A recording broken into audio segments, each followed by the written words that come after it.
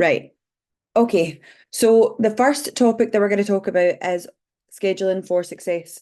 So I know with the monthly programs, loads of you guys look at it and see the 5 sessions a week and kind of immediately panic or are immediately so excited to get stuck in, which is amazing. But today is just to kind of go over how to schedule your plans for success, how to make sure you get the most out of your plans, and also just kind of make sure that you are kind of laying out your plans in the most effective way and getting the most from them. It is so common that we see loads and loads of girls who come to us, and obviously all of our programs have either 5 or 6 days in because some girls will train that much. But equally, if you're just getting started, you do not need to be doing going from 0 to 6 days a week. Absolutely not. And it is all about finding the right schedule for you and a schedule that's going to fit into your goals. So one thing we do want to make a massive kind of point of is making sure that you are doing the best for you kind of in your training and making sure that you're not trying to do too much and then not being able to, and then kind of ultimately getting a bit frustrated and then feeling like you just don't want to kind of carry on with your training because that kind of all or nothing mindset. So that is the main point of today's PowerPoint. So I'm going to switch to the next slide. So the first thing I want to go over is the importance of time management.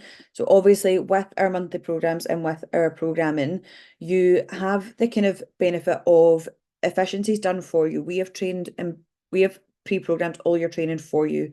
So it means you will get the optimum use of time. You're not going to be walking about the gym, kind of looking around, not sure what machines, trying to figure out what's free, working out how many sets and reps to do, and then kind of either feeling a bit awkward or just not doing and hard enough training to get you the results that you are looking for. So efficiency is like ticked off already just by doing your monthly program. So having your plan to follow will help you avoid procrastination, it'll help you avoid indecisiveness, but there is other things you can do to kind of further that efficiency, like planning in advance, which I'm going to talk about loads today. So with the importance of time management, it's going to help you with productivity and achieving more with better quality. Your gym sessions don't have to be 2 hours long. So all of our app workouts have timed rest as well, which should hopefully help you feel a little bit more kind of scheduled with your sessions as well. Obviously, if you're still knackered after that rest, you don't need to go straight in, but it is a really good guide of how much you should be resting for in your workout sessions. So they don't have to be 2 hours long, and you can get a productive session probably less than 40 minutes. I've wrote 40 minutes to be conservative. But if you only have half an hour to go to the gym, that half an hour can still be a really good workout. Like it can be the difference between you getting the results and you not. So loads of people look at the time and be like, I've only got half an hour. So by the time I get there, I've only got half an hour in the gym, then I like to shower and go to work, or I'm knackered and I don't really feel like getting home at 7. I'd rather get the earlier bus. Half an hour is enough. Obviously, if you can do your full session, amazing, but it shouldn't be kind of going into the kind of hour and a half, 2 hours. If it is, then either reach out to like myself or one of the other coaches, and we can give you some tips on how to speed up your sessions. Because the way we design them is that they should be kind of roughly about an hour, 50 minutes an hour, depending on kind of a few different factors like how hard you're pushing yourself, um, how heavy the weights are, sorry, and how much rest you're taking in between your sets. And I suppose if you're waiting on equipment and stuff as well, is another factor. And another really important part of time management is going to be your balance. So with time management, if you're planning your week and you're trying to put hundreds and loads of different things in, it's probably going to set the bar too high and it's going to basically mean that it gets overwhelming. It does get overwhelming. And even for myself, if I planned 7 sessions a week when I was really busy, I think even I would feel really overwhelmed. So it's a good way to also take away stress and just reduce stress through planning. Like if you know what the plan is, you've got a plan in your head and you're good to go for it, this is going to make you feel a lot less stressed, and it also stops you kind of worrying of when am I going to fit that in? I've got all these sessions to do, or I've got still got one more leg day to do, and I don't know when I'm going to possibly fit it in. This kind of takes all of that thought process away, and when it's planned ahead, it also kind of takes away excuses. So if you've got a really busy day, and you just think you'd rather go home, it kind of eradicates that. There is a slight element of self-discipline in there. But again, if you need help with that or any tips and advice, we are always here as well. So yeah, time management will reduce your stress, and through effective planning, it's going to help you stay on plan and provide you structure that you've got with your programming. So next thing I want to talk about is just getting started. So I'm going to go through all of these points in a lot more detail. So don't stress about writing anything down.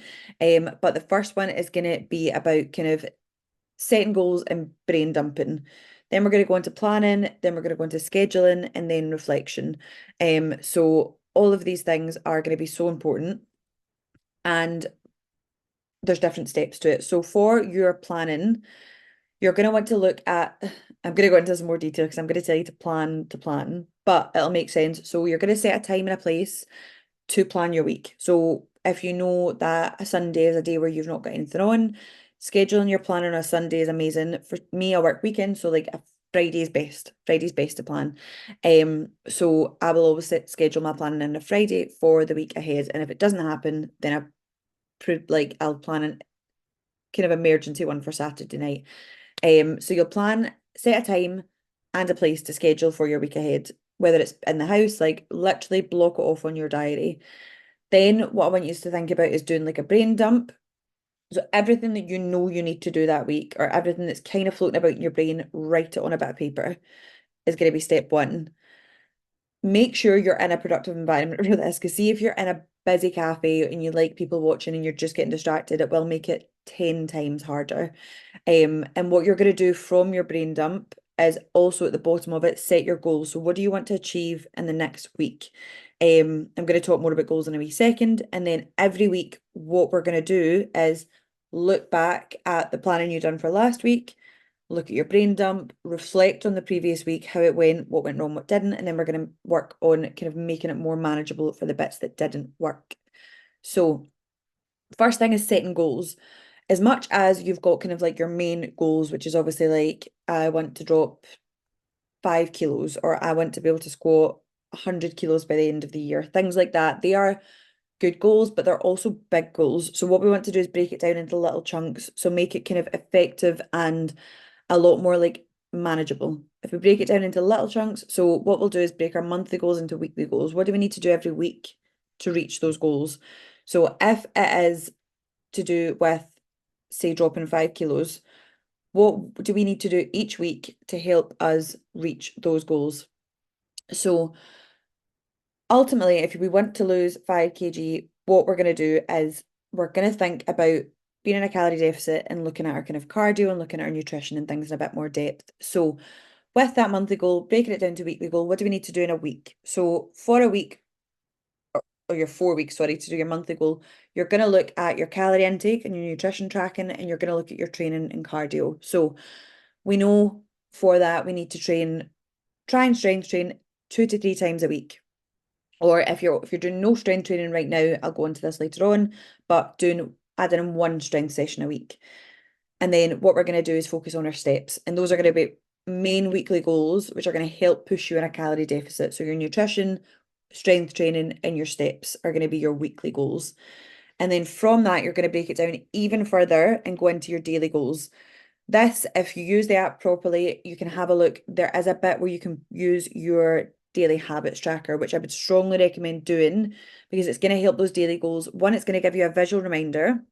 If you have specific daily goals that you ever want added into your daily tracker, you can always message me and I can add that on my end for you specifically. But it is just a good way, and it means at the end of the day, the app's going to remind you, you're going to tick them all off, hopefully, or at least be a bit more mindful of it. It's just another thing to do. So if we break down those weekly goals into daily goals, that's where we're going to look at the daily step count. How many steps did we do last week? Say we done 7,000 a day on average. Right, okay, well, this week I want to improve, I want to be better, but you also need to make sure that it's manageable. So doing a gradual increase. So say this week my goal is 8,000 steps. And every day this week, my goal is to hit 8,000 steps. And if I don't make up for it the next day, so my average is up. So that could be a daily goal alongside making sure I track my food every day. If my goal is weight loss, then making sure that what I'm eating is kind of tracked and followed properly, then it makes it so much easier. It does, it sounds kind of nice to just kind of eat healthy. Doesn't always work. Eyeballing food is not always kind of the best way to do it. Making sure that you're tracking and have a good set of food scales is really, really handy. And then also another daily goal for that would be maybe stay hydrated. So, say if you're looking to work on fat loss, if you're looking to do anything actually in the gym, staying hydrated is so important. All of your body's functions, all your cells rely heavily on being hydrated. So without doing that, you're kind of slowing down all your progress. So main point of setting goals, we're obviously going to have our big long-term goals, the goals that are going to be like drop 5 kilos or work on this, squat heavier, all those things, but breaking them down. So when you're writing down your goals on your bit of paper and you're planning, I want you'll have your monthly goals, which probably won't change massively, but you'll have them. And then from that, what do I need to do every week to get there? And from that, what do I need to do every day to get that week goal? How do I get that week goal? What do I need to tick off every day? And that will make it so much easier. Even just writing it down, put a pen to paper, it sounds really old school. You can do it in the notes on your phone or on an app or something like that, but I find it much easier to just sit and scribble, and kind of put pen to paper, and it means I can make notes wherever I want. So I do think in an ideal world, pen to paper, sit down, no distractions, and do this. But setting your goals is going to be a huge part of it because it's going to give you direction. It's going to give you your why. So why are you doing what you're doing? Why have you signed up to the plans? What makes you want to train every day? And being able to look back at that is actually really, really useful. Because those days where you don't feel as motivated, you just look and go, okay, why am I doing this? And it suddenly starts to make a bit more sense. And it kind of, that's where the discipline kicks in, but it does make it easier, I promise. From your setting your goals, I'm going to drop a quick reminder in, which is sometimes things will get overwhelming with your training. It's so normal. Everyone gets it, but something is always better than nothing. So if you have a day where you don't want to leave your bed and then you manage to get yourself up and go a walk, 20-minute walk, and then you're kicking yourself because you never went to the gym. You got up and you went a walk. That's amazing. Like you done that. That's so much better than just you could have chose to lay in your bed all day and you didn't. And again, same thing goes for if you think, I've not really got that much time to go to the gym and maybe won't go. Whatever, that little amount of time that you go to the gym and you do something is far better than that time that you choose to just sit and avoid it because you've maybe not got enough time or it's not feeling great in that moment. With your planning, I want to go over planning techniques. I'm going to go through these in a bit more detail. So you've obviously got kind of standard to-do lists, like writing out a list of what you want to achieve in that week, ticking it off as you do it, which is great. Or the ones I find most useful and would recommend the most is your calendar and your time blocking. So kind of scheduling time for your tasks and events, which is a bit simpler, or time blocking, which I'll go into in a bit more detail. In a minute. So obviously your to-do list, great. If you're going to refer back to it, amazing. Sometimes it can just be hard to kind of keep track of. And if you're anything like me, I write a million to-do lists and I do forget what somewhat. So I'm kind of like, right, where's that last to-do list? I can't remember what I've wrote on it. So having like a set diary for that is probably really useful. Same for when you're doing your kind of weekly planning and planning your workouts. But inputting it into a calendar or time blocking is also really useful, whether it be a calendar on the wall or a calendar on your phone. Scheduling in time for your tasks and events, especially your training, is really, really important because having that visual cue there is going to make a massive difference. So with weekly planning, you can lay it out however you want. I've just kind of done a rough one here. But if you have a calendar, say on your wall, or you have a calendar on your phone, you don't really use it, but it's good for scheduling. This is where you could plan your week out entirely. So Monday, I'm going to do upper body, Tuesday, rest, and so on. So it basically means that you're going to plan what sessions you're doing on what days, which sounds really, really simple. And you're probably thinking, well, I'll just plan to go to the gym and I'll decide what I'm doing when I'm there, which yes, does work, but it also means there's a lot of times where if I've not planned and I go to the gym and everything's busy and I'm kind of looking at my workout and I'm looking at different things and I'm just like, I'll scan through the workouts and I'll be like, I don't really fancy doing that today. Maybe I won't do that. And it gives you that out. It gives you that kind of mental out to kind of either not train, just go and do cardio, or kind of do like your ad hoc own thing, which isn't always great. Following a structure plan is best. It doesn't have to be in the same order, but and it doesn't have to be in any specific order, to be quite honest. But having it planned in advance takes out a lot of indecisiveness. When you get to the gym, it also gives you a clear plan so that you know exactly what you're going to do, and it takes out a little bit of anxiety from the plan. It also means you can lay it out. So I know I said you can do it in any order, and you can, but it means you can kind of plan it out effectively based on, say, if you know you're having a really, really busy day on Tuesday and you've got like 8 till 8 shift, you're not going to get time to train in, that's a planned rest day. So you know because of that, Monday's probably a good day to get a session in. So it means you can kind of work around your schedule. And it also means you can kind of space them out. So doing upper body on a Monday, resting, doing lower body on a Tuesday, doing glutes. So you're working different body parts and giving areas of your muscles time to rest in between so that you're not kind of doing all your sessions in like a short period of time and then maybe not have an effective rest in between for your recovery.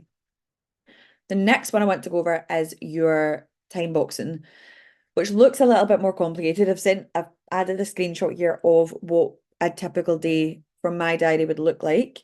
But don't be stressed by that because it doesn't always have to be 5 a.m. till 6:30. Your day might be much shorter and it might not have as much in it. But the whole kind of idea of time boxing is basically blocking out time for set tasks. So say you know that you have work 9 to 5. That is, so you would just block off 9 till 5. It is useful to kind of go into a bit more detail like I've done on this one, where you can kind of write in like I'll have a break there and I'll do this in this time. So you can allocate tasks to different times. But if you want to do a really, really simple version of it, even just to get started, block off your shift, add in your lunch break. If you're going to train in your lunch break, you can add that in.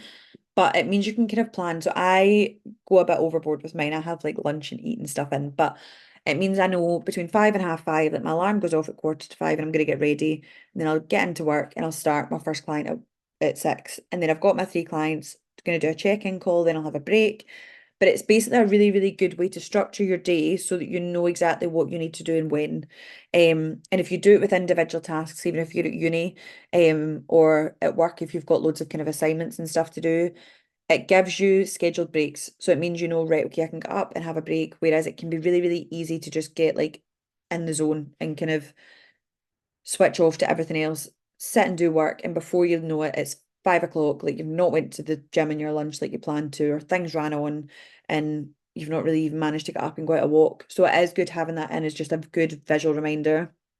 But where that will come in handy is with your planning and kind of the reflection side of things that I'll get to, is basically being able to look back at your diary and work out if that is the right schedule for you. And you can play about with it, you can change it, try different days, see kind of what works best for you. That is a day that it's not a typical day, but it is a day that happens quite frequently to me. And I don't love training at night, so it's not something I would do. But in an ideal world, I would train kind of 11 o'clock-ish.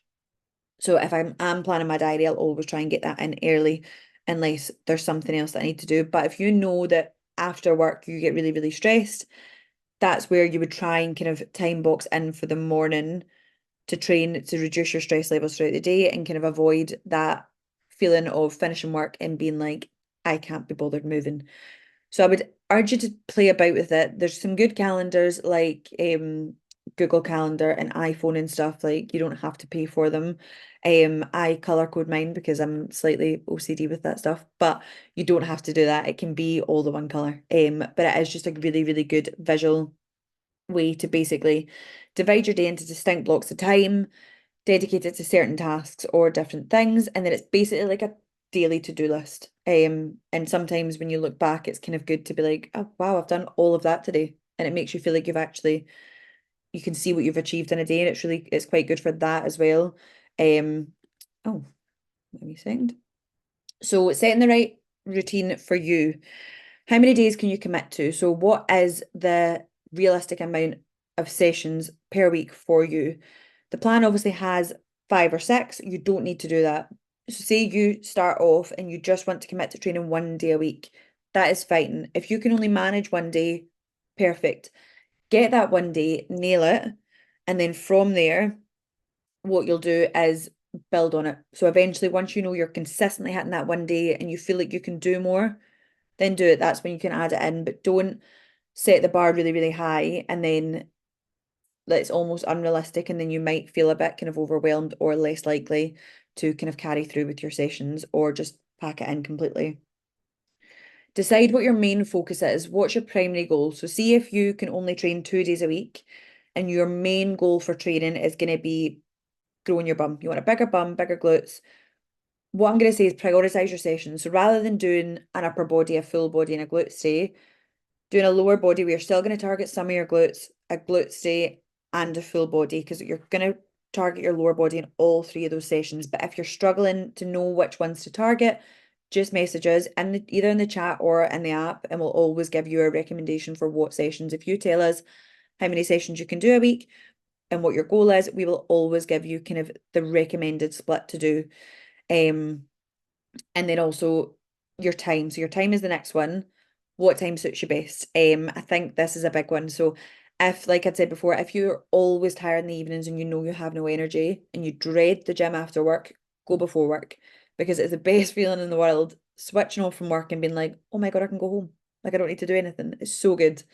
And vice versa. If you're not a morning person and you know your energy levels are in the tank in the morning, and you feel stronger in the evenings or you enjoy training after work, then that's when you schedule that in. So have a think about your day. When do you feel the best? When do you, if you know you're going to make excuses throughout the day, things can go wrong at work and get held late. That's where getting it in the morning, getting it done.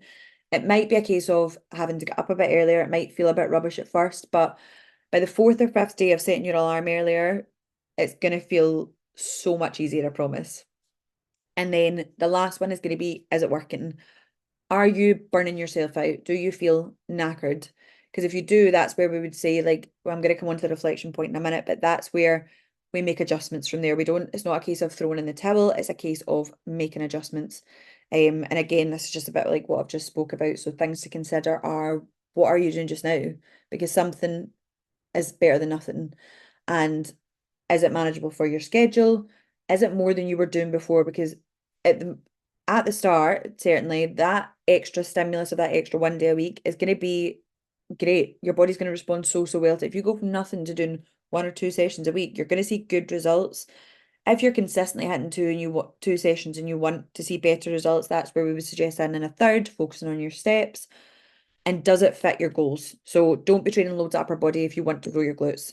I would obviously recommend doing a bit of upper body just for general, but you can do that in a full body setting, for sure, and then build slowly. So start small, build it up over time, and remember that something is always better than nothing, but your schedule should always be tailored to you. Obviously, your plans are tailored to your goal, which is perfect for you. We've done the work for your programming, but your plan and your schedule for the week should be tailored to you and your lifestyle. And then the last one is going to be reflection. So looking back every single week when you're planning your schedule and you're going to plan your next week, look back at the week before. What worked? Ask yourself what didn't work. If you plan to go to the gym 3 days after work and it didn't work because you get caught late every single day, that's where, right, next week we're planning to go in the morning, and that's going to be the plan. Because it didn't work in the evenings last week, it didn't work. So let's try the morning. And it's basically just trial and error until you find something that works. But the main thing is not throwing in the towel on the weeks but it doesn't work, and kind of using this time to reflect and look back, identify the areas for improvement, and see what needs changed, and keep learning. And like, as I said, you're going to repeat this every week, and it's going to give you a great understanding of how you cope with stress, how good you feel if you train in the morning throughout your day, how tired you potentially feel if you train in the morning, and how much you'd rather train in the evening. You'll get a really, really good understanding of what works for you and what doesn't. And that is the biggest part of scheduling. It needs to work for you, and it needs to be basically something that everyone's is different. Everyone's is so different. So I would never, it's never one size fits all. As much as the programming is really good based on your goals, your actual individual schedule of what times and days you plan should be based around your lifestyle. Set yourself up for success. If you know that you don't really go, you don't like the gym, and you decide next week, I'm going to start, I've just bought my plans, I'm going to go 5 days.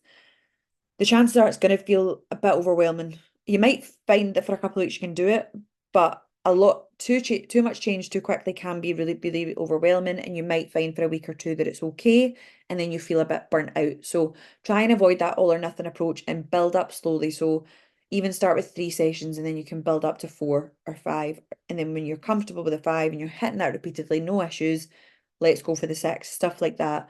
But always do remember to make sure that you're prioritizing your rest and recovery. Reflection is going to be your biggest helper here looking back. And again, message us if you need help. This didn't work, this did. We can even give you our approach on kind of how to schedule or make any changes if you're really, really getting stuck on how to kind of stick to it and stay motivated and disciplined. But ultimately, your health and your happiness should be a priority. Like, you have chosen to sign up for these plans, or you have chosen to train for a specific reason to look after your health, both mental and physical. And that does, with that comes happiness. Like, I can't say the difference in my mental health from training from when I first started, when I've done it to be, well, I won't lie, when I first started training, I'd done it to get skinny and kind of be as lean as possible. And now it's far more for my mental health. And the days I don't train, you can definitely tell. And my last step is going to be follow people similar to you that inspire you. So if you're a mum, follow other mums who go to the gym, because what you can do is watch their habits and kind of see things that they integrate into their life from their stories and things and implement that into your life. And I would also suggest kind of unfollowing people who make you feel bad about your life. If you follow someone on Instagram or on TikTok and the content they're putting up is not sustainable for your lifestyle and you feel like it is just not, like, it's making you feel really bad at yourself. They've got up and went to the gym every morning at 5 a.m. and you could never do that. Obviously, sometimes that's good. It's a good stimulus for kind of motivation and discipline. And so long as it's making you feel positive, great. If it's making you feel negative, if you're looking at an influencer who makes you feel rubbish about how you look, unfollow them. Like, you don't have to follow them. And the difference in your kind of mental health from doing those acts will definitely help. The like comparison from social media is wild. And absolutely everyone faces it. So I think that is another really good tip, which is not schedule related, but just a good life tip.